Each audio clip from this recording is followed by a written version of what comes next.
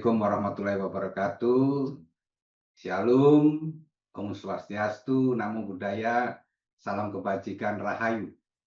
Ya, jadi saya tidak perlu mungkin menyebutkan satu persatu ya, tapi yang bersama kita pada siang hari ini, tapi saya tetap punya kewajiban kepada para senior ini, khususnya Ketua Inkindo Jawa Timur, Mas Irwan, kemudian Mas Agus selaku Ketua Intakindo, ya juga para senior di sini saya lihat hadir, Pak Dr. Joko Supriyono, ya ini luar biasa.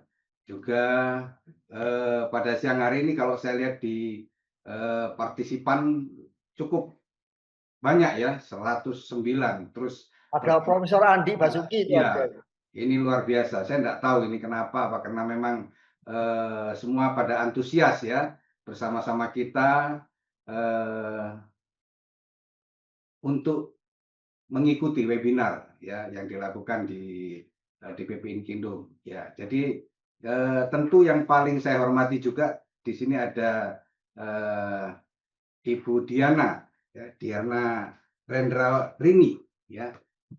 Beliau sebagai narasumber yang pada siang hari ini akan memberikan ya edukasi wawasan pada kita agar supaya kita lebih memahami ya tujuan daripada webinar ini. Yang diambil tema adalah membangun sistem manajemen bencana berkelanjutan. Juga saya sapa ini di sebelah kiri saya, ini senior saya juga Mas Junior Ilham ya, Pramuka Dianto. Saya nggak lupa pramukanya gitu, karena unik ini ya. Jadi beliau adalah salah satu praktisi ahli yang sudah malang melintang. Tadi saya sempat ngobrol sudah dari Sabang sampai Merauke, jadi sudah ikut ini apa berkarya ya atau beracara ya. Jadi mudah-mudahan nanti selaku penanggap beliau juga kaya terkait pengalaman-pengalaman yang sudah beliau lakukan. Ya, juga para Bapak Rektor ya, dosen juga ini saya sapa teman-teman Inkindo se-Indonesia. Ya, jadi salam sehat dan bahagia. Ya, kalau sehat aja nggak bahagia, nggak cocok ya. Jadi salam sehat bahagia. Baik, jadi untuk mempersingkat waktu, ya kita bicara pada siang hari ini terkait manajemen bencana. Tentu ini tidak lepas dari suatu rangkaian kegiatan yang terencana dan terpadu ya untuk mencegah, mengurangi risiko, terpadu untuk mempersiapkan atau merespon ya mitigasi ya, mempersiapkan diri, merespon dan memulihkan keadaan akibat bencana baik sebelum, saat maupun sesudah bencana itu terjadi. Ya, jadi bersama kita pada hari ini saya perkenalkan ya Ibu Diana Rendrarini, SEST MT IPM. Nah, ini beliau ini kalau saya lihat CV-nya ini luar biasa ya. Latar belakangnya adalah sarjana ekonomi ya, akuntansi, kemudian melanjutkan ke sarjana teknik. Nah, ini cukup langka sebenarnya ya, sosok seorang sarjana akuntansi mau berkaitan langsung dengan keteknikan ya. Jadi mudah-mudahan kalau jam pengalaman kerja itu saya lihat sudah lebih dari kurang lebih 15 tahun ya menekuni ya terkait aktivitas beliau. Mungkin saya juga pada siang hari ini sangat berbahagia ya. Salam kenal juga buat Ibu, semoga Ibu juga tetap sehat dan terus berbagi untuk kami semua, terkhusus bagi ya mahasiswa juga praktisi-praktisi yang sekarang sedang bekerja ya. Jadi kurang lebih kalau umur enggak usah ya Bu disampaikan nanti ya. Jadi nanti yang muda seperti saya sungkan nanti nyapa kalau terlalu jauh. Jadi baik, kami beri waktu ya sesuai dengan arahan dari MC tadi, ya. Jadi ya sesuai dengan target kita, mungkin jam 4 kita selesai, masih cukup banyak ruang waktu. Ya, kami persilakan Ibu untuk membacakan atau menyampaikan materi yang sudah Ibu persiapkan dengan baik untuk kita semua. Silakan Bu Diana.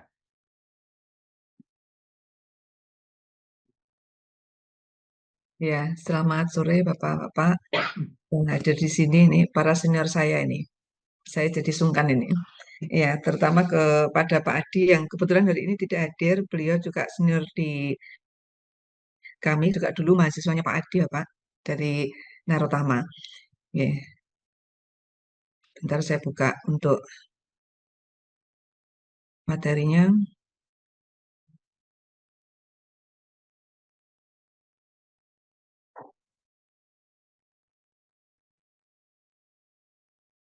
Bing, kok gak kena ya? Ya.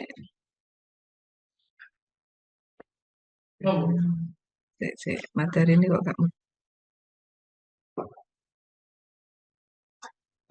materi. Nah,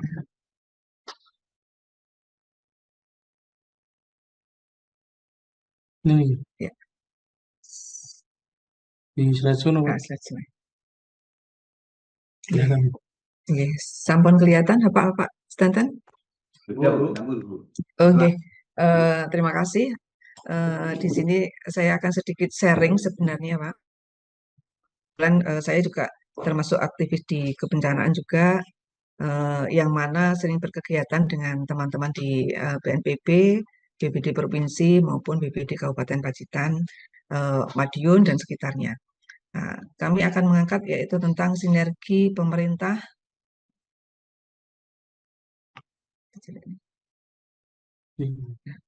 Sinergi pemerintah, swasta, dan akademisi dalam membangun sistem manajemen bencana terpadu. Nah, kenapa saya mengambil judul ini? Ini ada latar belakang yang mendasari dari kami menyampaikan di sini. Yang pertama yaitu tentang kompleksitas tantangan bencana Indonesia, yaitu terkait dengan multi bencana, seperti tadi yang disampaikan di depan bahwa bencana yang ada di Indonesia itu sangat multi, mulai dari tanah longsor, banjir, terus ada potensi gempa tsunami, terus ada berapi, kekeringan dan lain-lain, kebakaran juga, juga ada perubahan iklim, terus yang paling signifikan adalah urbanisasi yang cepat, pertumbuhan penduduk juga semakin menaik. Terus kedua yaitu keterbatasan pendekatan secara sektoral, yaitu tidak ada satu pihak yang dapat menangani sendiri. Artinya bahwa kita perlu berkolaborasi, kita perlu bergandengan tangan. Ya, seperti di simbolnya di BNPB itu ada segitiga biru, ada kolaboratif antara pemerintah, masyarakat, dunia usaha, akademisi, dan lain sebagainya. Terus yang ketiga yaitu untuk kolaborasi, masing-masing sektor memiliki keunggulan komparatif yang saling melengkapi. Nah, urgensi dari perlunya sinergi ini atau seberapa pentingnya yaitu terkait dengan dampak bencana yang semakin tahun tidak semakin turun tapi semakin meninggi. Nah, ini ada beberapa catatan dari 2020 sampai 2023, kurang lebih ada 15.000 kejadian bencana dan kerugian lebih dari 100 triliun dan kurang lebih juga 10 juta orang yang terdampak, dan yang utama banyak fasilitas pendidikan dan fasilitas infrastruktur lainnya yang juga terdampak atau rusak. Nah, analisis peran dari masing-masing pilar, kita bicara tentang siapa sih yang akan berperan di sini? Apakah hanya cukup satu orang, dua orang, atau semua saling berkolaborasi? Nah, ini di sini pemerintah sebagai regulator atau penegak aturan dan koordinator. Kalau regulator, pemerintah mempunyai fungsi yang strategis yaitu untuk penyusunan kebijakan dan regulasi, standarisasi dan sertifikasi, dan juga penegakan hukum dan komplimen. Untuk koordinator, pemerintah juga berfungsi sebagai badan koordinasi antar sektor, baik di level pemerintah pusat maupun di tingkat daerah dan sampai ke tingkat desa. Terus ada mobilisasi sumber daya nasional dan juga masih serta kerjasama internasional. Akan tetapi pemerintah juga bisa juga berperan sebagai fasilitator, yaitu penyedia data dan informasi, pembangunan infrastruktur publik dan fasilitasi kemitraan strategis. Ya. Terus untuk kekuatannya di sini pemerintah punya kekuatan kewenangan regulasi, anggaran, dan jaringan dalam pemerintahan. Kelemahannya yaitu birokrasi. Kita tahu persis bahwa namanya birokrasi pasti ada keterbatasan kapasitas teknis dan juga ada perubahan politik di masing-masing daerah. Itu biasanya yang menjadi hambatan di dalam penanganan bencana. Terus sebagai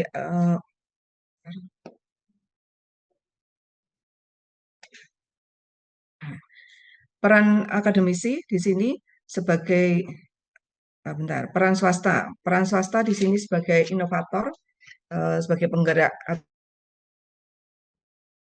pembangun eksekutor, pelaksana atau implementator. Nah, kontribusinya sebagai inovator swasta untuk pengembangan teknologi dan inovasi, banyak pengembangan di bidang teknologi inovasi yang kita butuhkan untuk penanganan bencana, untuk penyiapan informasi, itu sangat diharapkan peran besarnya dari swasta. Terus efisiensi operasional dan manajemen, dan juga sebagai skema pembiayaan yang kreatif. Nah, peran sebagai eksekutor swasta adalah implementasi proyek dan konstruksi, supply chain dan logistik, serta operasional dan pemeliharaan. Nah, di sini swasta juga berperan sebagai investor, karena kebanyakan swasta itu ada sekian persen untuk kebencanaan, atau biasanya kita bilang adalah CSR ya, itu ada pendanaan investasi untuk pengembangan bisnis berkelanjutan dan lain sebagainya. Kekuatannya swasta adalah inovasi, efisiensi, fleksibilitas, dan sumber daya finansial. Kelemahannya yaitu pada orientasi profit, ya, atau biasanya juga kurangnya koordinasi karena banyak swasta dengan program sendiri-sendiri, dengan judgementnya sendiri-sendiri, akhirnya seakan-akan berjalannya kurang seiring dan seirama. Terus selanjutnya di sini adalah peran akademisi, dia sebagai knowledge generator atau pembangkit dan edukator sebagai pendidik.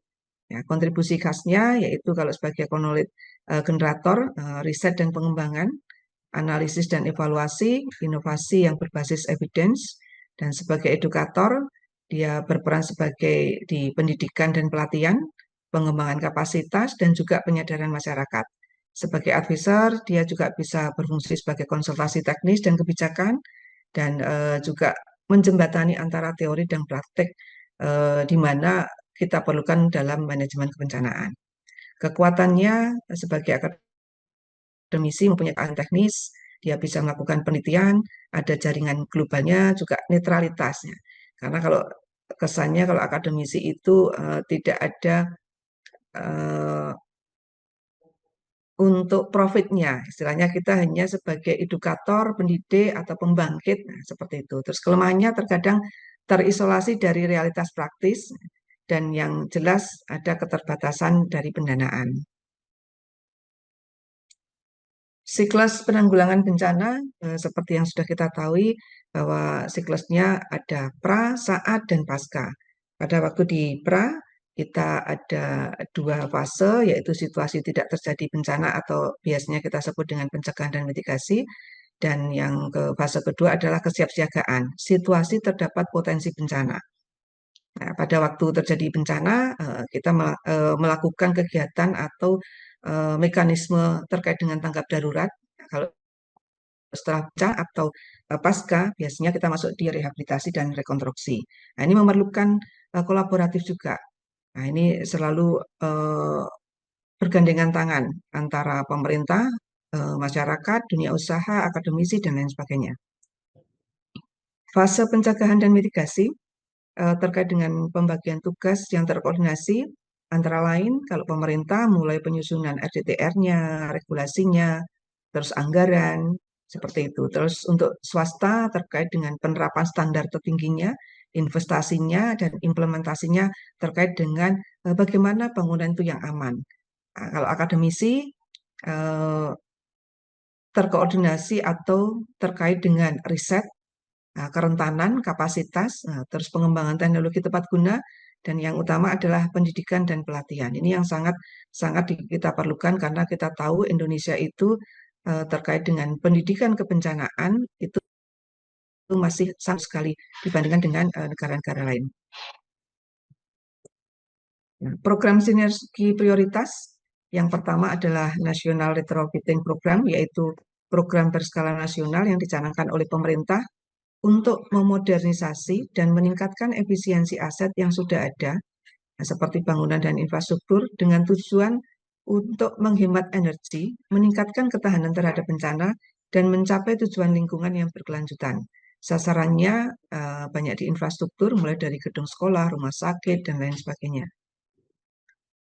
Yang kedua adalah Integrated Early Warning System, yaitu sebuah kerangka kerja yang menyeluruh dan terkoordinasi yang menggabungkan pengetahuan risiko, pemantauan teknologi, komunikasi yang efektif, dan rencana tanggap darurat untuk memberikan peringatan yang tepat waktu dan dapat dipahami tentang bahaya yang mengancam, dengan tujuan utama untuk menyelamatkan nyawa dan mengurangi kerugian. Nah, itu dilakukan dengan teknologi, regulasi, dan operasional.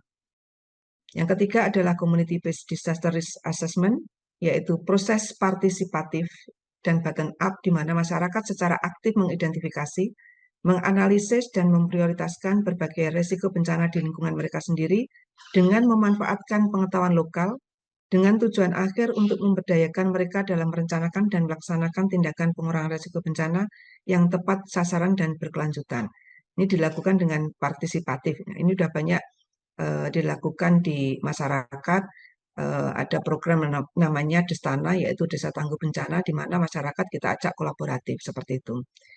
Terus pada fase kesiapsiagaan, adanya sistem kesiapsiagaan terpadu antara pemerintah, swasta, dan akademisi. Ya, pemerintah berperan sebagai sistem komando, prosedur standarnya, dan latihan gabungannya. Kalau swasta di BCP-nya atau Business Continuity Plan-nya, emergency response-nya, logistik. Nah, sedangkan akademisi berperan sebagai pembuat skenario bencana, pembuat modul pelatihan, serta bagaimana sistem simulasi itu bisa berjalan dengan baik. Inisiatif kolaboratif ada beberapa yang sudah dilakukan, yaitu Joint Training and Simulation, Tabletop Exercise biasanya atau TOT kita sebutnya, terus ada drill, terus ada Emergency Supply Chain Network-nya, ya ada penempatan gudang, ada distribusinya, ada SOP-nya, ada manajemen yang harus kita lalui, dan yang terakhir ada public awareness campaign, ada media, komunitas, sekolah yang berperan di situ dan bisa sebagai penunjang juga. Pada fase tanggap darurat, biasanya kita sebut dengan mekanisme respon cepat ya, karena di sini sudah terjadi bencana. Jadi apa yang harus kita lakukan? Nah, ini perlunya koordinasi, ya, Emergency Operation Center terpadu, ada satu peta, satu data, dan satu komando. Dan yang utama ada tim ahli repatriatnya. Nah, terus sumber dayanya ada dari pemerintah, swasta, dan akademisi. Pemerintah bisa dari APBD, APBN, darurat, atau kalau di daerah ada DTT, dan lain sebagainya. Swasta, sumber dayanya bisa berasal dari peralatan, logistik, maupun tenaga ahli. Sedangkan akademisi banyak di asesmennya atau konsultan teknisnya. Untuk protokol kolaborasi, ada Rapid Damage Assessment, yaitu tim gabungan dengan metodologi standar. Ada Emergency Shelter Management, yaitu standar teknisnya, logistik, manajemennya, SOP-nya. Nah, itu kita butuhkan. Terus ada Search and Rescue Integration-nya, ada sumber dayanya, pelatihan, koordinasi. Berapa sih yang kita punyai, kapasitas kita, sumber dayanya, seperti itu. Terus fase pemulihan dan rekonstruksi, atau biasanya kita bilang rehabilitasi dan rekonstruksi, dengan prinsip build back better, yaitu membangun dengan lebih baik. Nah, ini ada beberapa perannya, semua terkolaboratif antara pemerintah, swasta, dan akademisi. Pemerintah membuat master plan-nya, regulasi, pendanaan, dan pengawasan, sedangkan swasta berperan untuk pembangunannya, konstruksinya, teknologinya, manajemen proyeknya, lapangan pekerjaannya, sedangkan akademisi berfungsi atau bisa menyumbangkan dalam hal desain, monitoring, evaluasi, lesson learn-nya, dan lain sebagainya. Skema kolaborasi pemulihan, ada Community Driven Reconstruction, yaitu teknis pendanaan dan pemberdayaan, Livelihood Recovery Program, adanya pelatihan, modal, pasar, terus ada Psychological Recovery Support, ada konseling, pendampingan, reintegrasi. Ini ada salah satu studi kasus untuk pembelajaran kita di tingkat nasional, yaitu penanganan erupsi Gunung Merapi. Ya, kolaborasinya berhasil karena ada peran serta dari pemerintah, swasta, dan akademisi. Pemerintah mulai dari BNPB, Pemda, swasta, perusahaan-perusahaan sekitar, itu menyumbangkan alatnya, donasi berupa alat, berupa material, dan lain sebagainya. Akademisi juga berperan, kami di tingkat akademisi, perguruan tinggi, dan juga yang lainnya, ada UGM, BPPT, dan sebagainya. Faktor kesuksesan yaitu komunikasi intensif tiga pihak yang terjalin dengan baik, pembagian peran yang jelas, dan yang utama adalah saling menghargai kompetensi masing-masing. Strategi dalam implementasi dan kelembagaan, kerangka kelembagaannya ada dua. Yang pertama yaitu National Disaster Resilience, yaitu terkait dengan siapa yang akan berperan di tingkat pusatnya. Komposisinya bisa terkait dengan menteri, CEO, perusahaan strategis, rektor, dan lain sebagainya. Terus kalau tugasnya adalah untuk koordinasi kebijakan, alokasi sumber daya, monitoring. Outputnya adalah National Resilient Master Plan. Besarnya bagaimana untuk penanggulangan bencana atau manajemen bencana secara menyeluruh. Yang di tingkat provinsi mempunyai struktur, fungsi, dan koordinasi. Kalau struktur ada perwakilan di tingkat sektor tingkat provinsi, fungsinya adalah adaptasi dan implementasi dari kebijakan nasional. Koordinasinya adalah dengan kabupaten, kota, dan komunitas atau wilayah yang terdampak secara langsung. Mekanisme operasionalnya ada sistem pengelolaan pengetahuan terpadu. Ya, ini banyak yang sudah kita jalankan atau banyak program yang sudah terlaksana di Indonesia, mulai dari perpustakaan digital, practice-nya, ya, terus ada lesson learn-nya, karena banyak beberapa yang sudah mulai mengembangkan di sistem pengelolaan pengetahuan. Terus mekanisme pendanaan, seperti yang saya sampaikan di atas, ada APBN, APBD, nah, ini juga yang lebih bagi ada APBDes di tingkat desa, itu ada sekian persen juga sudah boleh digunakan untuk penanggulangan bencana, untuk manajemen bencana juga bisa. Terus ada CSR dan matching fund juga. Indikator keberhasilan, outcome-nya, yaitu penurunan angka korban jiwa dan kerugian ekonomi, peningkatan indeks ketangguhan daerah, ini biasanya kita sebut dengan IKD. Indeks ketangguhan daerah itu adalah salah satu ikunya bupati dan wali kota serta gubernur yang tiap tahun harus kita ukur. Dari situ bukan hanya terkait dengan kebencanaan, tapi juga ada fasilitas publik dan fasilitas yang lainnya. Ada kesehatan, pendidikan, dan infrastruktur. Terus peningkatan kapasitas respon dan pemulihan. Proses indikatornya yaitu jumlah program atau proyek kolaboratif yang sudah berhasil atau sudah berjalan, kualitas koordinasi dan komunikasi, dan tingkat kepuasan para pihak. Para pihak di sini biasanya kita ngukurnya di yang terdampak atau masyarakat yang terdampak. Impact indikatornya ada perbaikan tata kelola bencana, ada peningkatan investasi dalam ketangguhan, dan penguatan kapasitas nasional. Tantangan dan strategi untuk mengatasi tantangan birokrasi dan regulasi. Yang pertama masalahnya yaitu biasanya proses lambat dan regulasi banyak yang tumpang tindih. Solusinya ada regulatory reform, fast track mekanismenya atau single window atau satu pintu, satu data, seperti itu. Terus tantangan trust dan komunikasi, masalahnya biasanya seperti yang pernah saya alami, kebetulan saya dari Pacitan, jadi pada tahun 2017 kita terdampak siklon Cempaka. Nah, ini ada tantangan juga di kami. Salah satunya ini masalahnya yaitu saling curiga antar OPD, antar dinas, belum lagi antar komunitas, ya kan, antar lembaga, itu saling curiga, ego sektoral dan sebagainya. Solusinya yaitu trust building activity vision atau success story atau duduk bersama, itu yang penting. Tantangan pembiayaan, masalah utamanya adalah alokasi yang tidak memadai, mekanisme juga rumit.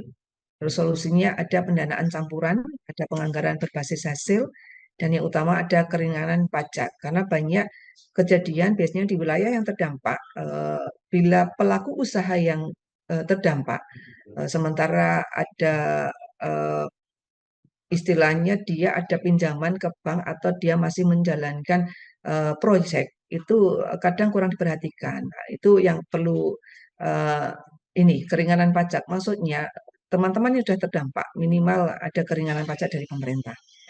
Terus rencana aksi untuk 2024-2029 yang pertama tahap inisiasi 2024-2025 yaitu fokus pada membangun kepercayaan antar semua lembaga dan membentuk kerangka dasar atau kerangka besarnya.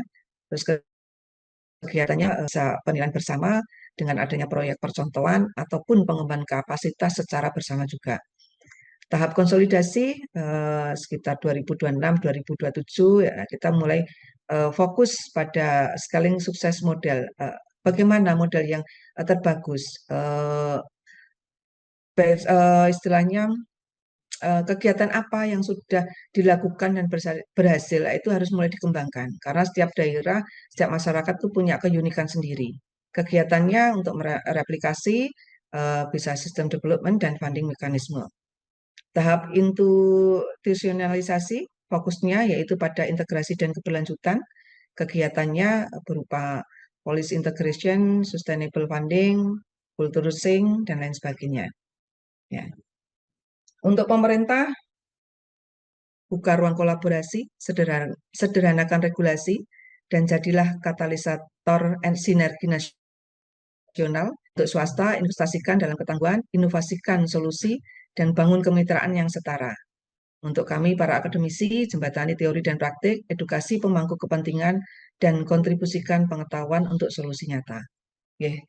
Visi bersama harapannya kita menuju Indonesia Tangguh 2045, di mana pemerintah, swasta, dan akademisi bersinergi dalam sistem manajemen bencana terpadu yang efektif, efisien, dan berkelanjutan untuk melindungi rakyat dan memastikan pembangunan nasional. Demikian, terima kasih dari kami. Saya kembalikan kembali. Iya, baik Bu Diana, terima kasih atas pencerahan yang diberikan pada kami pada sore hari ini. Ya, jadi ternyata terkait manajemen bencana ini ya ada tugas peran ya masing-masing, mulai dari pemerintah, swasta, juga akademisi. Ya tentu tadi sudah panjang lebar disampaikan oleh Bu Diana. Ya jadi perlu adanya kolaborasi ya untuk menghilangkan ya ego sektoral masing-masing. Karena kita tahu ya yang namanya bencana itu adalah satu ya proses yang cukup memberatkan bagi masyarakat yang berdampak ya. Tentu ya ini perlu sekali adanya kolaborasi tiga pihak ini sehingga mereka bisa satu langkah, satu komando ya untuk melaksanakan, apalagi sudah terjadi pasca bencana, tentu ini tidak perlu lagi kita berpikir satu keuntungan atau kerugian bagi yang lain. Jadi sama-sama punya tujuan yang sama adalah untuk mempercepat ya proses pemulihan pasca bencana. Ya kurang lebih mungkin itu tadi kita sama-sama sudah dengarkan apa yang disampaikan oleh narasumber kita pada sore hari ini. Terima kasih. Mungkin kalau tidak berkeberatan teman-teman yang di layar, mari kita sama-sama memberikan jempol kepada narasumber kita, Bu Diana. Terima kasih Bu Diana. Ya, baik selanjutnya mungkin tentu apa yang disampaikan tadi relatif ya, mungkin dianggap lebih teori ya daripada apa yang disampaikan. Nah, pada kesempatan ini juga bersama saya ini senior ya Mas Junior Ilham. Tadi saya sampaikan ya kalau kurikulum vitae-nya kalau dibacakan mungkin sudah memakan waktu hampir 1 jam. Jadi monggo ya Mas Junior ya dengan pengalaman yang sudah pernah dilakukan ya di beberapa daerah. Kalau bisa ya di Jawa Timur aja Mas, karena mungkin teman-teman ini yang hadir mungkin ya banyak juga yang belum pernah ya ke Aceh atau ke Papua seperti saya. Saya tadi udah ngaku ya bahwa saya Indonesia yang belum pernah saya datangi itu Aceh sama Papua ya. Jadi monggo waktu kami persilakan pada Pak Junior Ilham, silakan. Terima kasih Mas. Assalamualaikum warahmatullahi wabarakatuh. Tidak lupa saya menyampaikan hormat setinggi-tingginya kepada Inkindo Jatim ya. Sudah eksis untuk kegiatan-kegiatan seperti ini yang memang sangat penting untuk mengedukasi ya. Sekecil apapun itu sudah menjadi riak di seluruh Indonesia, bukan hanya di Jawa Timur khususnya, mengkaitkan dengan isu-isu strategis yang selalu menjadi tumpuan untuk dibahas. Salah satunya yaitu tentang kebencanaan. Mungkin tidak kalah hormat saya sampaikan kepada, karena di sini ada teman-teman dari IAP, Ada juga dari Babel, Lampung, NTB, NTT, Sulawesi Selatan, Sulawesi Tenggara yang saya lihat ini, karena saya nggak bisa lihat semuanya. Juga kita dan saya pribadi salam hormat kepada Ketua Inkindo Jatim yang selalu memang punya ide-ide segar ya. Dan juga di sini ada ketua senior. Ketua senior nih Pak Joko, Pak Andi itu. Salam hormat Pak Joko, Pak Andi. Ini terima kasih sudah hadir dan memberikan wacana positif buat kita semua ya. Jadi beberapa kaitan dengan yang apa disampaikan Bu Diana memang menjadi concern yang sangat penting dari kegiatan seluruh proses dari bagaimana sebuah kebencanaannya itu dimitigasi dan diarahkan manajemen penanganan secara lebih baik. Tadi disampaikan oleh Bu Diana, saya mencatat ada 12 hal penting dari hal yang disampaikan Bu Diana. Memang ada hal yang sangat penting lagi, bahwa sebenarnya manajemen kebencanaan itu tidak hanya menjawab apa yang terjadi pada saat kejadian bencana ataupun pasca bencana, setelah kejadian bencana itu sendiri. Kadang-kadang kita masih direbutkan dengan bagaimana kecepatan untuk mengirim bantuan, bagaimana kita melihat bahwa bantuan itu sampai kepada si penerima. Itu hal-hal yang sebenarnya sudah harus terpikir di depan begitu. Karena tadi sudah disampaikan Pak Rektor kalau nggak salah, atau ketua jurusan tadi dari Jember, dari Madiun ya, benar bahwa sebuah manajemen kebencanaan tidak hanya melihat saat terjadi bencana dan pasca bencana, tidak hanya itu, tapi sebelumnya yang terpenting gitu. Jadi mengarah, kalau istilahnya Pak Satria tadi menekankan mitigasinya itu di depan, sebelum bencana itu harus sudah disiapkan. Nah ini Bu Diana tadi menekankan, benar yang disampaikan, menekankan pada proses. Apakah itu mengkaitkan dengan peran masing-masing, apakah pemerintah, swasta, akademisi, begitu, dengan konteks yang ada. Tapi saya mau meng-highlight apa yang disampaikan Pak Satria tadi. Saya dari praktisi, saya melihat beberapa kejadian-kejadian bencana, tadi saya agak lebih konkretkan di daerah Jawa Timur.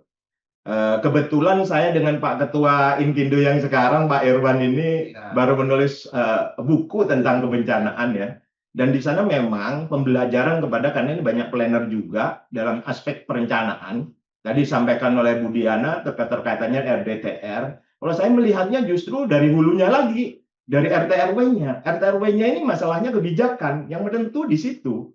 KRB-nya sebenarnya dalam konteks yang kesejajarannya itu dengan peta yang dibuat oleh BNPB, BPBD, ataupun hal yang lain yang terkait dengan permasalahan itu. Kadang-kadang tidak nyambung, Bu. Jadi antara yang sudah ditetapkan dalam kerangka yang nasional dengan di daerah, dalam kerangka penanganan yang sifatnya tadi saya pilih antara setelah pasca, kejadian dan pasca, dengan mitigasi yang sebelumnya. Kesiapsiagaan yang mengkaitkan dengan resilient. Jadi ketahanan masyarakat terhadap bencana itu sendiri. Ini yang terpenting sebenarnya. Kita mau lihat yang sekarang kejadian misalnya saat ini sudah terjadi di daerah Sumatera Utara ya Pak Satria ya. Itu lebih cenderung gimana caranya exiting yang sekarang gitu loh, setelah kejadian bencana. Padahal yang sebelumnya atau di hulunya itu harus dimitigasi juga. Bagaimana sebuah penetapan dalam kerangka perizinan ataupun yang mengarah kepada perencanaan ruangnya atau mengarah pada skenario besar perencanaan tata ruang ini harus dimantapkan begitu. Saya baru ikut beberapa kegiatan pertemuan di pusat karena saya baru datang dari Jakarta yang mengkaitkan dengan informasi tentang kebencanaan. Saya cukup kaget karena beberapa data-data yang ada yang dikaitkan dengan data mentah. Jadi kalau Ibu menyampaikan Bu Diana tadi, ini harus satu data nih. Nah, ini yang saya protes keras karena kebencanaan dalam proses data itu tidak hanya dalam skala yang besar. Gitu. Lalu petanya jadi kecil karena skalanya besar gitu. Karena di daerah butuh itu beberapa kajian yang mengkaitkan dengan satu peta, satu data yang mengkaitkan dengan hal-hal tersebut yang memitigasi sebelum. Karena daerah nggak punya dana ini untuk mengarah kepada tadi bagaimana kita mau merangkul swasta, bagaimana kita merangkul akademisi. Dari pihak pemerintah daerah itu tidak cukup pendanaan mengarah ke sana. Kami pernah melaksanakan Inkindo, melaksanakan kegiatan yang secara mandiri. Kita sumbangkan sumbangsih kita untuk kegiatan bencanaan di Tulungagung, Kediri, dan sekitarnya. Bahkan waktu itu kita sudah bisa memprediksi sebuah kejadian bencana dan kok dilalah ini apa yang menjadi hasil dari kegiatan kita. 1 bulan setelah itu ternyata apa yang kita identifikasi terjadi. Nah, hal-hal seperti inilah sebenarnya yang harus ada dan dipunyai oleh daerah. Kerentanan bencana, keterkaitan dengan bencananya kan beda-beda nih seluruh di Jawa Timur. Apakah tentang longsor ataupun banjir bandang dan lain sebagainya itu diidentifikasi secara tersendiri di daerah. KLB yang di daerah Ibu itu memang tidak cukup mampu membaca apa yang dibutuhkan pada saat menuju ke resilient itu di sebelum kejadian bencana. Ini yang saya highlight. Hal-hal yang lain lagi Bu, beberapa kaitan dengan kejadian bencana ini yang mengarah kepada bagaimana kita kompleksitas dari kegiatan-kegiatan tersebut. Jadi kalau kami highlight tadi mengarah kepada urgensi tadi yang Ibu sampaikan. Jadi kalau mau mengarah ke urgensi, mungkin jadi betul, mungkin ini usulan kami, Pak Satria, mengarah kepada bagaimana punya semacam cara secara kalau memang diurut kacangkan begitu dalam program itu nggak akan terlaksana Bu. Tapi ada semacam action. Jadi task force itu harus dibuat di kabupaten. Yang task force ini beranggotakan kelembagaan yang terkait beserta juga akademisi dan praktisi yang mengarah ke sana untuk memberikan langkah-langkah awal untuk memitigasi. Dan ini yang mengarah kepada resilient itu akan tercapai bukan setelah pasca bencana. Saya kira itu inti yang mungkin saya bisa sampaikan Pak Satria. Ya, baik Mas Junior. Jadi memang di sini tadi ditekankan ya perlunya ada stakeholder ya yang terlibat ya dari masyarakat. Ya, ini tadi penekanannya di mitigasi. Ya, kita memang perlu waspada karena memang kalau kita sudah memasuki bulan yang sudah akhirannya ini biasanya sudah early warning ya, bisa dikatakan sudah kita perlu persiapan begitu ya, persiapan sehingga kita bisa mengantisipasi ya, apabila ya terjadinya hal-hal seperti tadi itu. Banyak hal ya mungkin tidak terprediksi, itu pun perlu kita pikirkan bersama. Nah, tadi Pak Junior menekankan ini tidak bisa dipikirkan ya oleh ya pemerintah sendiri, kemudian kita pihak swasta yang lebih ke teknis ya, kemudian dari akademisi. Jadi memang ya perlu adanya peran serta masyarakat ini tadi stakeholder khususnya ya ketika baik mengantisipasi maupun dalam rangka ya kegiatan pelaksanaan untuk mengurangi ya beban daripada yang resiko bencana itu sendiri.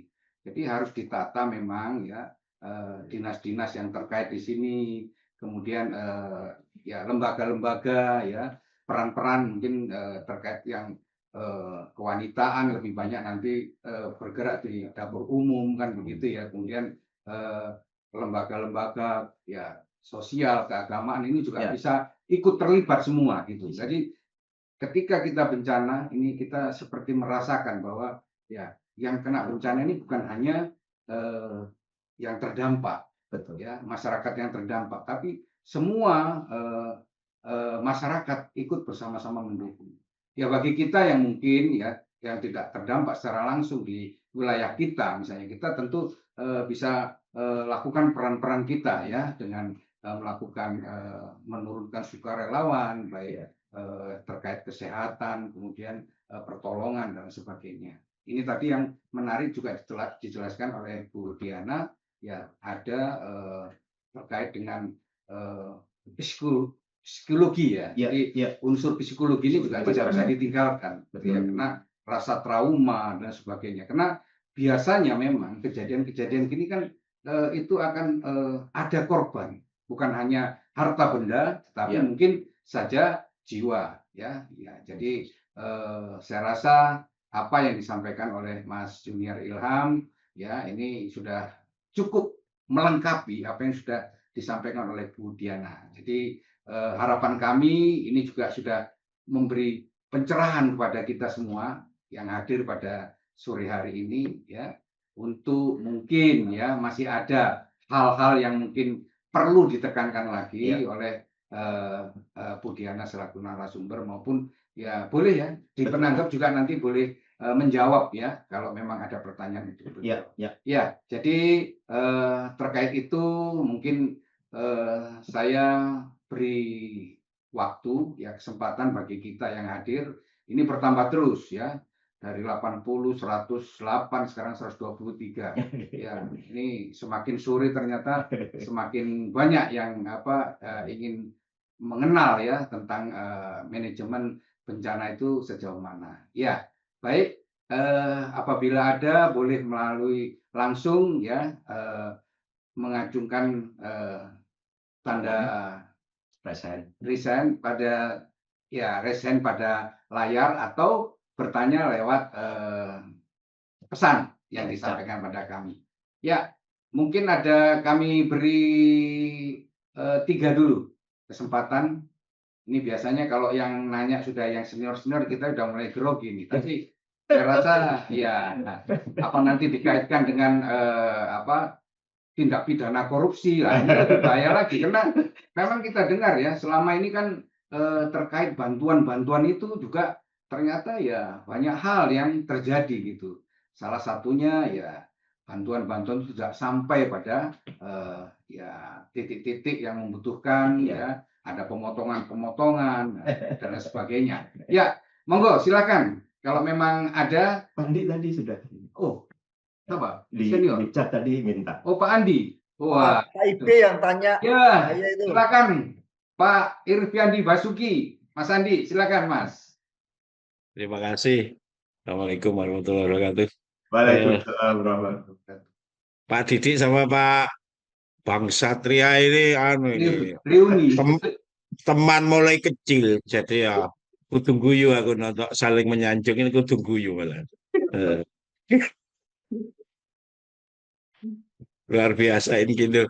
Bu Diana, kenalkan saya anak buahnya Pak Didik, Bu. Ini bahaya. Mau tanya aja, Bu. Kalau namanya bencana itu kan ada 2 perspektif. Perspektif pertama itu bencana karena ulah manusia. Perspektif kedua bencana karena takdir. Nah, mitigasi bencana karena takdir itu gimana, Bu? Terima kasih. Takdir segala ya. Sulit ini. Nah, pertanyaannya menggoda ini, Pak. Monggo, Bu Diana mau langsung juga atau Iya. gimana? Langsung aja. Langsung aja, Ya. monggo. Ya, Oke. Ya, pertanyaannya ini kalau bencana karena ulah manusia, ya berarti kan kita yang harus memperbaiki bagaimana pola kita menjaga bumi kita, menjaga lingkungan kita, seperti itu Pak ya. Kalau tapi sudah takdir, nah ini susahnya ini. Ya, sudah yang ngecat Lombok ya kita kalah. Tetap intinya kita tetap berdoa, ya kan. Terus menjaga bumi kita selama kita nggak merusak, insya Allah tetap berjalan dengan semestinya seperti itu. Ya, yang Iya, utama berdoa Pak. iya, iya. Ya Bu, matur nuwun Bu.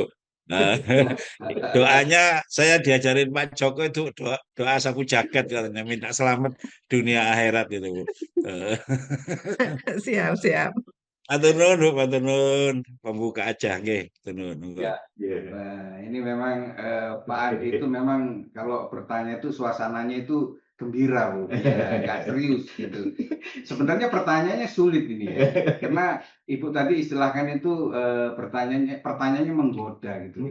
Ya, kalau saya bilang wah ini pertanyaan yang sulit didefinisikan karena bencana karena takdir ini kebetulan kita tahu ya bahwa ini di Sumatera Utara khususnya di Sibolga 4 hari ini kan kita dengar melalui media bahwa kondisinya sedang tidak baik-baik saja. Iya. Ya, jadi bahkan terakhir kemarin saya dapat informasi juga sudah sampai ke kota Medan. Ya. Jadi Medan itu 21 kecamatan itu hanya 2 yang tidak kena banjir. Nah tentu ini ada kaitannya dengan hulu dan hilir ya. Saya pikir begitu.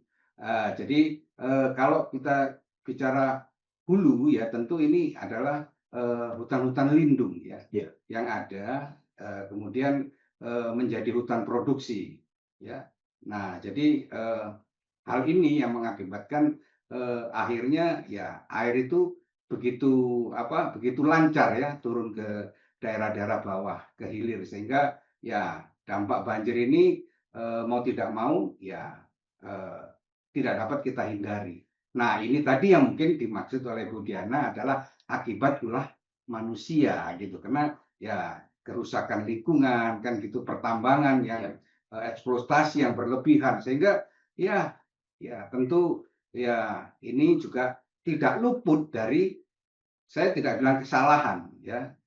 Peran pemerintah dalam mengambil satu kebijakan seperti apa yang disampaikan oleh Pak Junior tadi ada kaitannya dengan perencanaan RT RW dan lain sebagainya. Ya, saya rasa sudah jelas ya Pak Andi ya, sudah bisa tertawa lepas lagi terkait bencana oleh manusia dan takdir tadi memang ya kalau takdir ini ya saya juga selalu dengan doa kita ya masyarakat ya ini saya rasa akan indah gitu.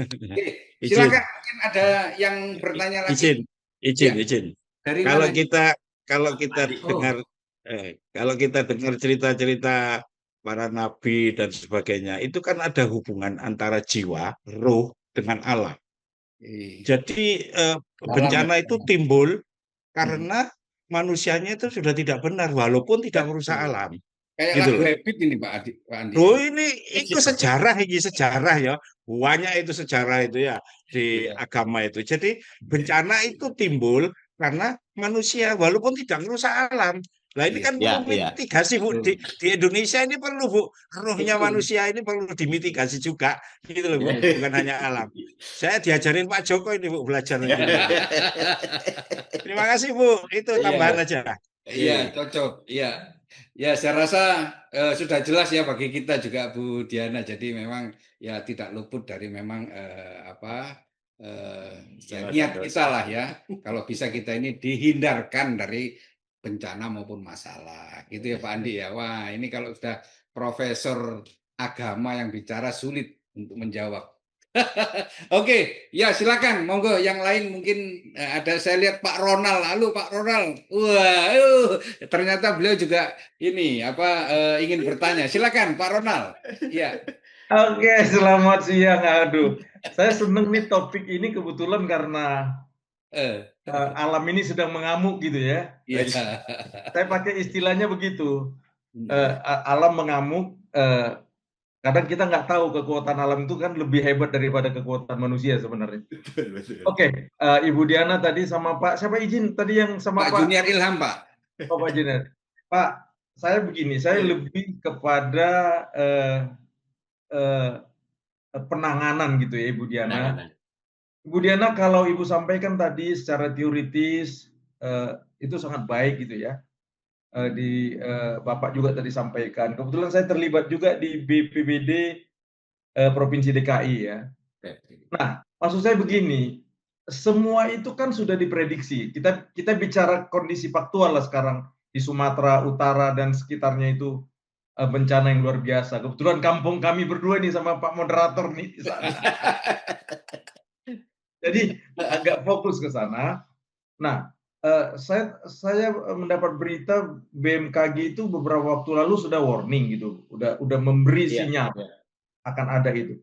Nah, maksud saya penanganan di implementasinya itu, Bu. Iya. Tim tadi itu tuh ada tim swasta, tim pemerintah, militer, tagana dan lain-lain gitu loh. Nah, maksud saya bagaimana sih Bu Diana implementasi yang sebenarnya atau Bapak gini ya, kita tuh gamang gitu loh terhadap early warning system gitu loh.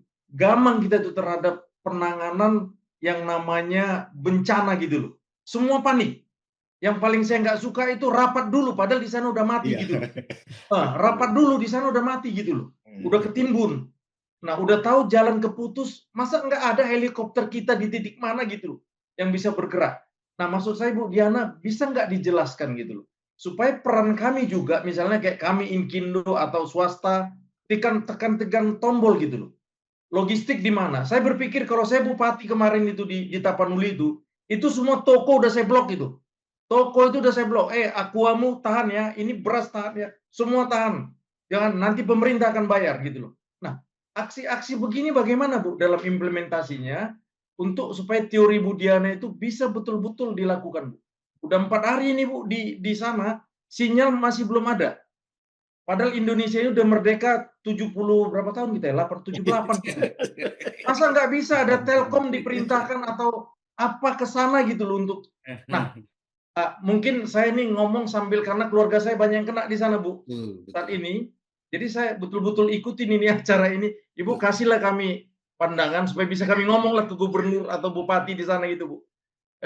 Kira-kira itu aja mungkin Pak Moderator.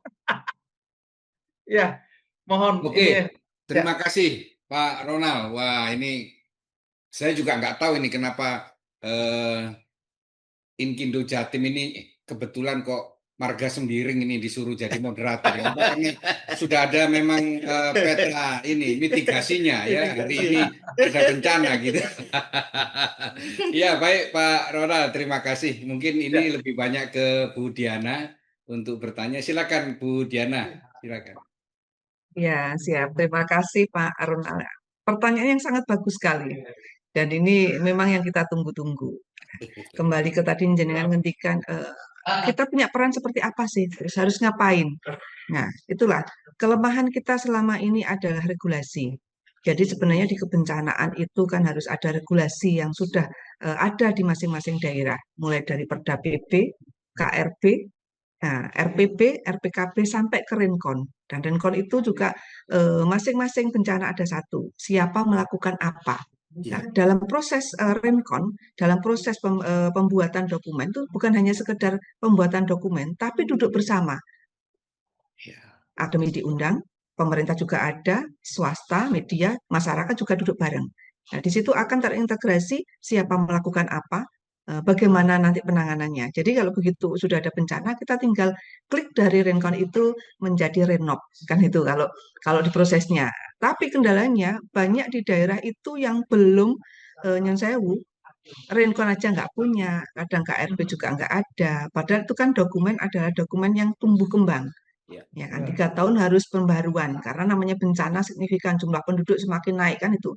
Nah, sementara pemerintah itu kadang KRB aja kita sering ayo Pak KRB-nya dibikin sudah mati 10 tahun nggak diganti-ganti. Malah ada beberapa kota kabupaten yang sama sekali belum punya KRB. Apalagi Renkon. Jadi begitu kena bencana udah bingung mau ngapain, siapa yang bertanggung jawab. Ya. Kan saling lempar akhirnya. Betul. Nah, itu. Ya, jadi memang kunci yang utama adalah regulasi, Pak. Dan Seperti tadi yang paling kecil aja regulasi terkait RT RW itu aja. Itu kan banyak. Kita buka-buka itu banyak yang belum memuat bahwa mana wilayah yang potensi bencana. Itu kan harus match juga dengan di dokumen KRB. Ya, otomatis bisa untuk antisipasi pencegahannya. Ya, seperti itu. Terus begitu ada bencana, kalau kita sudah punya rencon, sudah jelas.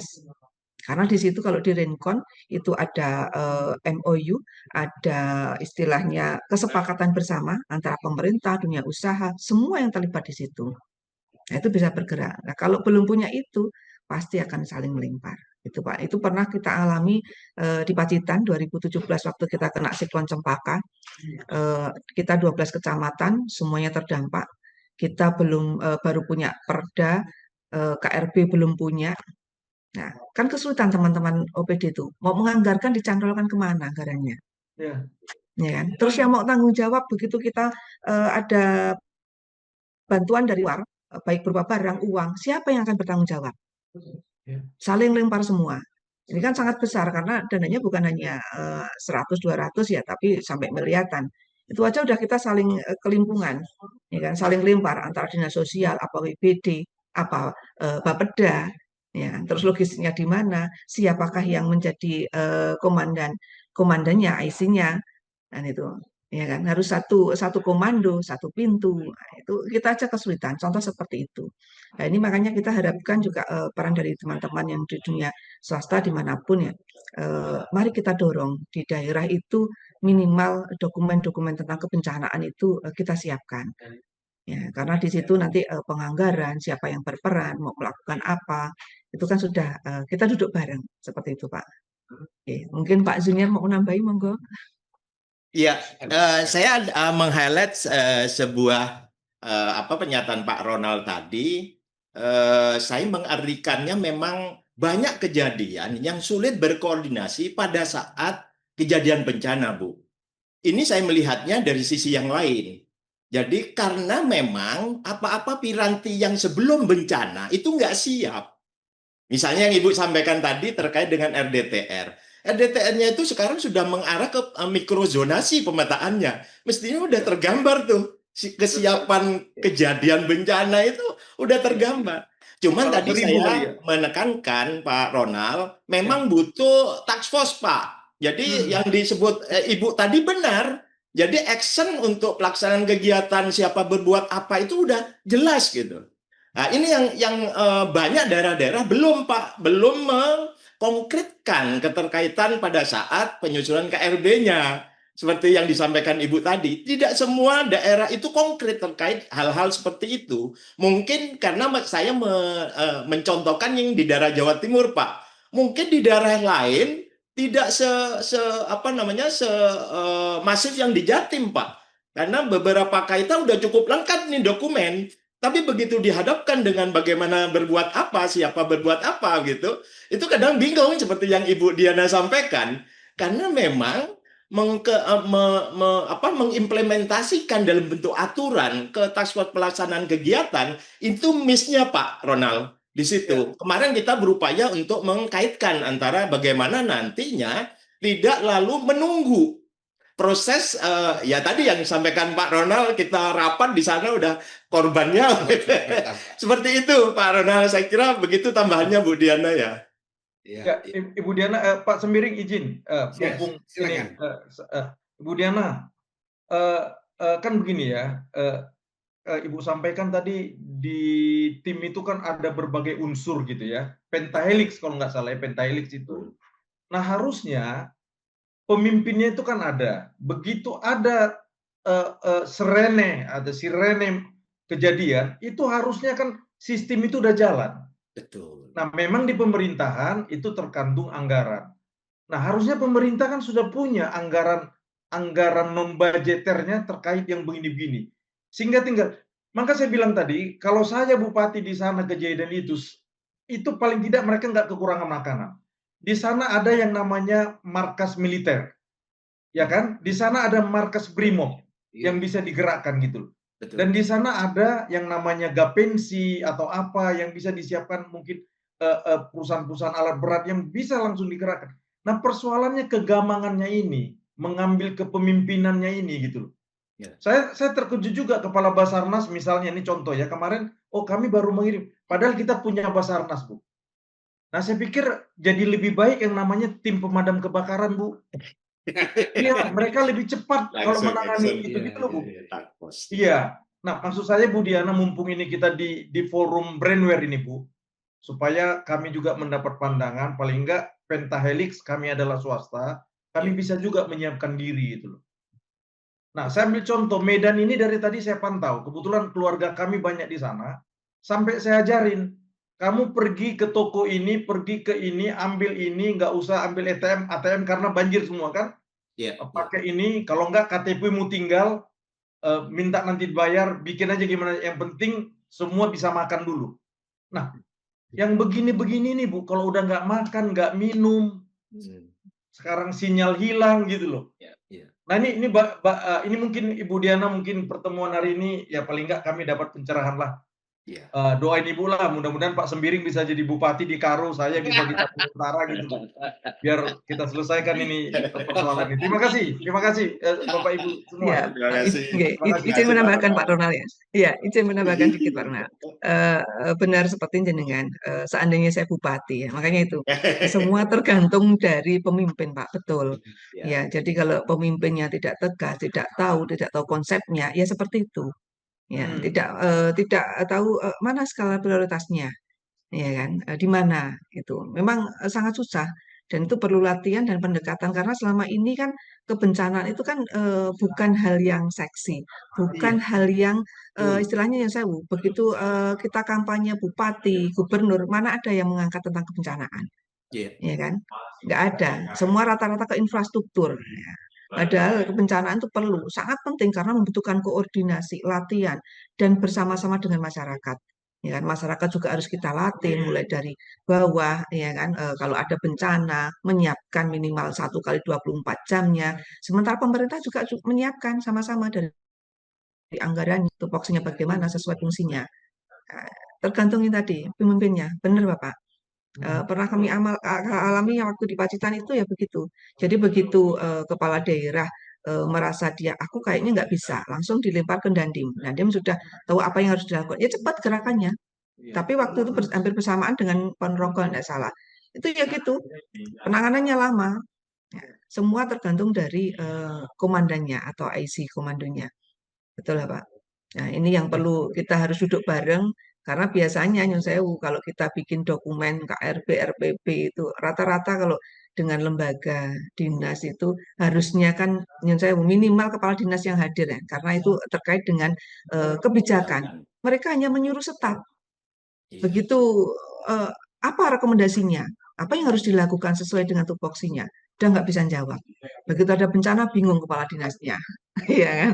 Seperti itu. Itu salah satu contoh kecil. Memang perlu tidak bisa seperti balik tangan, jadi harus perlu pendekatan secara personal, duduk bareng ngobrol dan bagaimana memunculkan tentang isu kebencanaan itu menjadi isu yang seksi, yang menjadi istilahnya salah satu program strategi juga di bupati, gubernur seperti itu.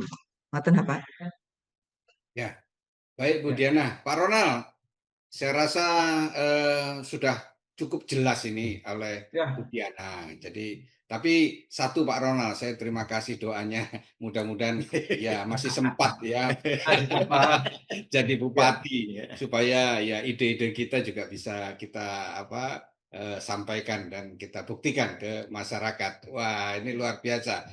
Ya, jadi tadi memang yang kalau saya simak betul ini memang terkait dengan dokumen. Saya rasa ini nanti salah satu kesimpulan kita dari kegiatan yang dilakukan oleh Inkindo ini juga peluang sebenarnya bagi swasta seperti kami ya untuk selalu ya memberikan edukasi juga ya sosialisasi ke pemerintah daerah terkait apa yang disampaikan oleh Ibu Diana tadi ya bahwa yang ternyata belum dimiliki oleh daerah-daerah khususnya daerah-daerah yang rawan bencana ini mereka belum punya dokumen-dokumen RKP dan lain sebagainya.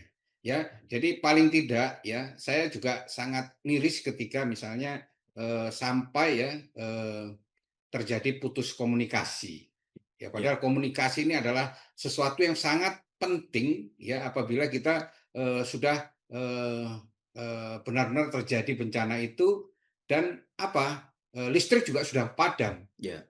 Satu-satunya harapan itu adalah komunikasi. Nah, saya rasa ini ya tadi Pak Ronald sempat menyinggung 80 tahun Indonesia merdeka ya.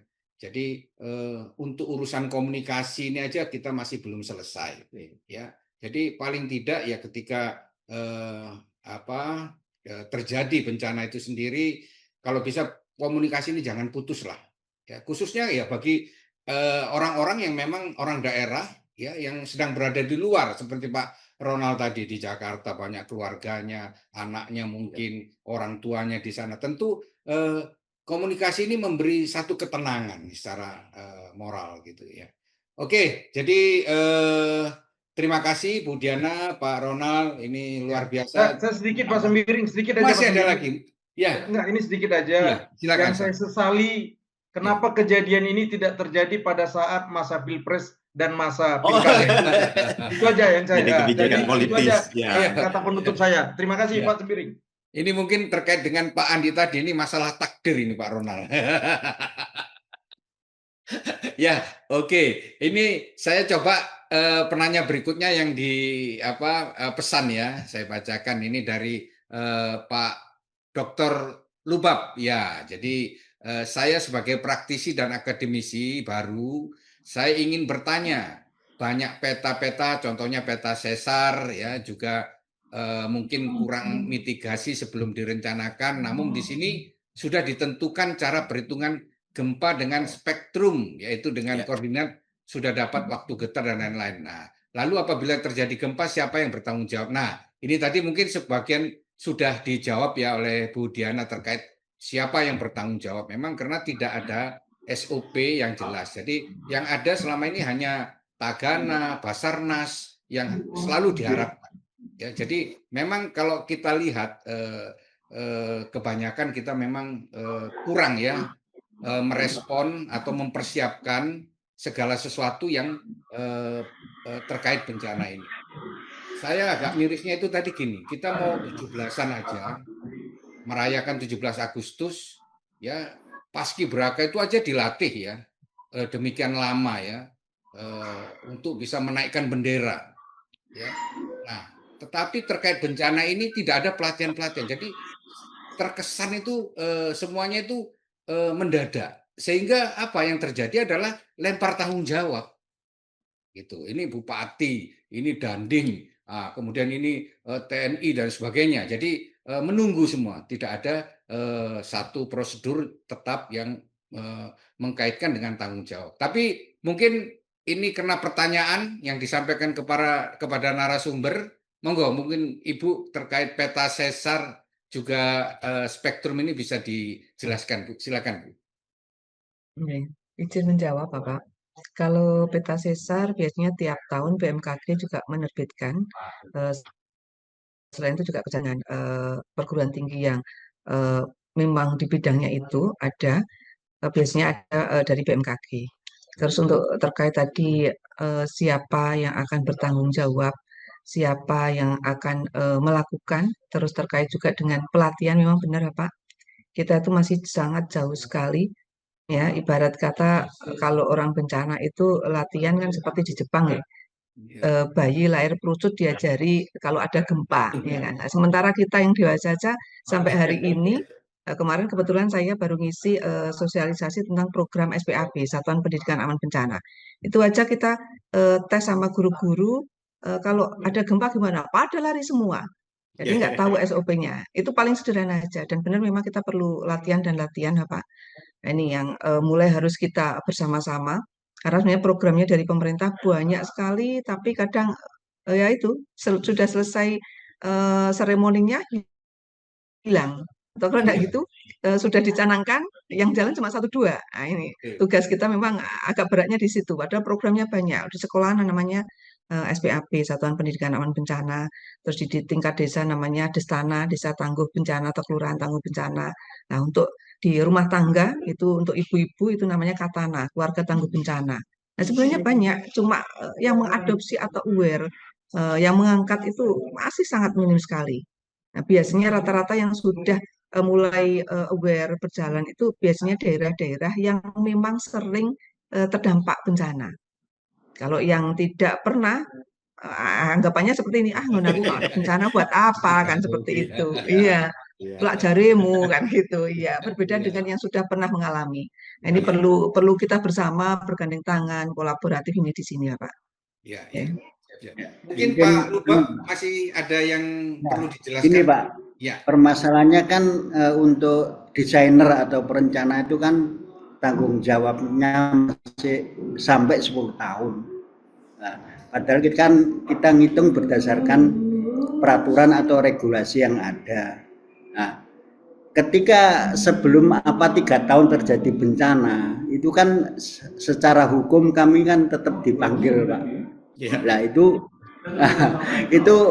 menjadi ini Pak, menjadi suatu yang dilematis, di mana kita menghitung sudah sesuai peraturan, yaitu tadi disebutkan di SNI ya, SNI tahun 2019 juga yang terbaru juga itu kan jelas ada spektrum, dia juga melakukan mitigasi yang pasti dan walaupun pastinya itu pasti nggak tahu ya, tapi dengan kita mengklik koordinat lokasi proyek yang kita bangun, itu jelas bahwa kita sudah memenuhi persyaratan secara desain atau designable. Tapi pasti ini kan tidak tahu Pak gimana ini terjadi, ternyata bencana ambruk, padahal seharusnya ketika ada bencana seorang desainer bertanggung jawab penuh Pak, sehingga suatu bangunan atau apa saja itu tidak boleh ambruk kan gitu Pak. Nah, padahal mitigasi terus spektrum yang dibuat nasional maupun internasional ada Pak, cuman ya itu ya kalau dikaitkan dengan Tuhan yang jelas nggak bisa. Artinya bagi dilematis dan ngeri-ngeri sedap Pak bagi engineer gitu loh Pak. Itu aja sih Pak. Mungkin siap Pak Lubab. Mungkin Pak Junior ini ada pengalaman. Silakan Pak Junior.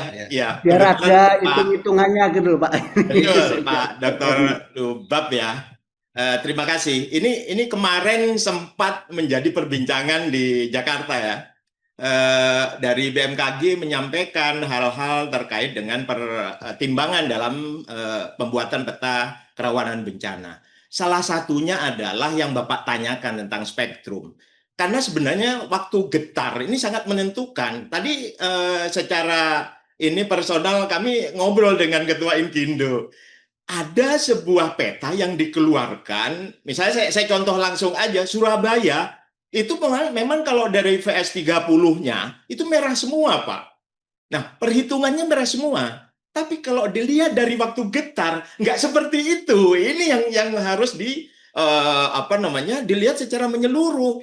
Keterkaitan yang menjadi ketetapan itu memang benar Pak Lubab ya. Karena nanti akan ditanyakan oleh APH itu keterkaitannya kenapa menentukan sebuah kekuatan bangunan itu di lokasi yang memang punya ciri-ciri yang seperti tadi. Ini karena kesalahan dari perhitungan dari spektrum tadi. Kemarin kami sudah sampaikan pada saat pertemuan di Jakarta, BMKG yang menyampaikan, dengan VS30 di Surabaya yang merah, belum tentu KRB-nya merah. Merah dalam artian sangat resikonya sangat tinggi begitu. Nggak seperti itu juga. Ya lihat dulu waktu getarnya, karena apa yang disampaikan Bapak di pertanyaan ini yang mengkaitkan dengan sesar. Jadi sesar yang ada di dekat Surabaya ini waktu getarnya kecil. Kan beda dengan di daerah yang punya lokasi yang memang berdekatan dengan lokasi getar dari sesar itu sendiri itu. Jadi nggak bisa Surabaya dikatakan merah secara keseluruhan, sangat tinggi dalam kaitan dengan KRB-nya. Karena waktu itu tidak dipertimbangkan yang Bapak sampaikan, waktu getar. Begitu Pak ya. Jadi secara hitungan matematis memang tidak bisa dibenarkan masing-masing dari kasuistis. Jadi kita harus melihat secara keseluruhan kalau itu dipegang sebagai dasar dalam penentuan bahwa dianggap salah dalam pelaksanaan kegiatan pembangunan gedung misalnya, itu harus dilihat dulu. Acuan dari penetapan spektrum itu juga harus dilihat dari hitungan yang ada dan memperhatikan hal-hal yang lain. Seperti itu, Pak. Ya, gimana Pak Lubab? Cukup? Sudah jelas Pak, Ya. tapi Ya, intinya terima kasih. memang tetap ngeri kita nih Pak. Iya, Gitu. Iya, betul, Pak. Baik. Ini Soalnya kalau sebelum 10 tahun masuk penjara juga gitu Pak. Iya. Ya, baik Pak Lubab. Jadi kita ke pertanyaan berikutnya ini di pesan. Ya, ini ada yang bertanya sejauh mana regulasi. Ya, jadi tadi sudah diceritakan Bu Diana ya, sejauh mana regulasi dan kebijakan pemerintah saat ini. Ya, ini perlu dijelaskan baik pusat, daerah, provinsi maupun daerah ya, sepengetahuan Ibu nanti sudah mendukung terbentuknya sistem manajemen bencana yang berkelanjutan. Apakah sudah ada regulasi berupa undang-undang? Dari Pak Indra Agus ini pertanyaannya. Monggo Bu, terkait ya sejauh mana? Nah ini. Ya, oke. Kalau undang-undangnya sudah ada Pak, Perda PP dan lain-lain di tingkat pusat. Akan tetapi itu kan harus juga diturunkan di tingkat daerah. Iya. Ya kan, di tingkat daerah juga ada Perda PP, ada KRB, RPB, RPKB sampai ke Renkon. Nah, ada beberapa daerah yang memang sudah membuat atau mengakomodir itu, tapi ada beberapa juga daerah yang belum itu. Jadi juga tergantung tadi bupatinya aware nggak dengan itu. Karena memang ada yang hanya sekedar bikin, tapi tidak digandengkan dengan RT RW-nya, RDTR-nya, seperti itu. Jadi berdiri sendiri, padahal kan tidak bisa berdiri sendiri, harus saling komplain, dan itu malah saling bergandengan tangan antara kalau di RT RW berbicara tentang mana wilayah-wilayah yang harus ditata untuk mengurangi bencananya, nah, nanti didetailkan di KRB-nya itu. Ya, nah ini banyak daerah-daerah itu yang belum dan hanya berpikir kalau KRB itu cukup bikin satu kali, padahal itu kan dokumen tumbuh harus ya 4 tahun, 5 tahun, 3 tahun harus diperbarui lagi, diupgrade lagi, nggak bisa. Nah, kita sudah berupaya dan kendalanya itu tadi tetap di anggaran. Ya, padahal sebenarnya gimana ya juga dilema itu kita perlukan regulasi sementara daerah mesti berdalih dengan anggaran, ya sudah kita akhirnya juga terus gimana ini ya. Memang ada beberapa yang sudah kita lakukan, salah satunya dengan kebetulan kalau di Jawa Timur ada program dari IDRIP World Bank, terus ada juga dari Siap Siaga. Nah, itu kan juga menginisiasi untuk pembentukan dokumen-dokumen itu. Ada beberapa daerah yang memang binaan sudah 5 tahunan ini. Kalau IDRIP sudah bulan kemarin sudah penutupan 5 tahun di Indonesia. Nah, itu salah satunya juga bikin renkon di tingkat desa, KRB, mendorong di tingkat daerah. Tapi kan kalau hanya mengandalkan dari dana luar kan tetap nggak bisa jalan. Makanya harus bareng-bareng kan itu. Ya, kita harus bergandengan tangan di situ. Ya, terima kasih Bu Diana. Dari Mas Indra Agus, kira-kira masih ada yang belum jelas?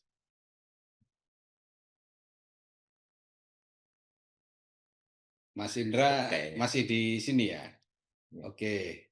Ya, saya rasa apa yang disampaikan Bu Diana sudah cukup jelas ya terkait sejauh mana sebenarnya konsepnya ya itu sudah mulai dari undang-undang itu sendiri sudah ada turunan-turunannya sampai bahkan sampai ke desa tadi disampaikan. Hanya saja memang ya ini belum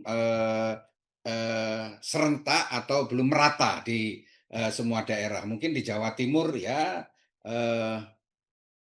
harapan saya ya Jawa Timur ini termasuk daerah yang tidak pernah lepas dari bencana, itu ya paling tidak di 38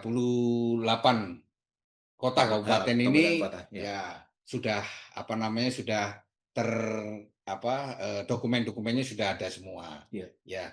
Nah, mungkin yang belum nanti mungkin terkait rencana ini ya, aksi atau rekomnya tadi ya terkait teknis ya. Jadi ini memang bencana itu tadi kan sudah di awal dijelaskan bahwa cukup beragam ya, bukan hanya banjir ya, tapi ada tanah longsor dan sebagainya. Tapi paling tidak yaitu tadi kita bisa memitigasi ya, mempersiapkan diri dengan baik ya untuk menghadapi resiko-resiko bencana yang akan terjadi di kota, mungkin ya banjir ya, di kabupaten kota lebih banyak longsor dan sebagainya. Ya, mungkin waktu kita tidak banyak lagi, tinggal 15 menit ya. Kalau masih ada yang mau bertanya, ya saya rasa masih ada waktu lah untuk satu orang penanya.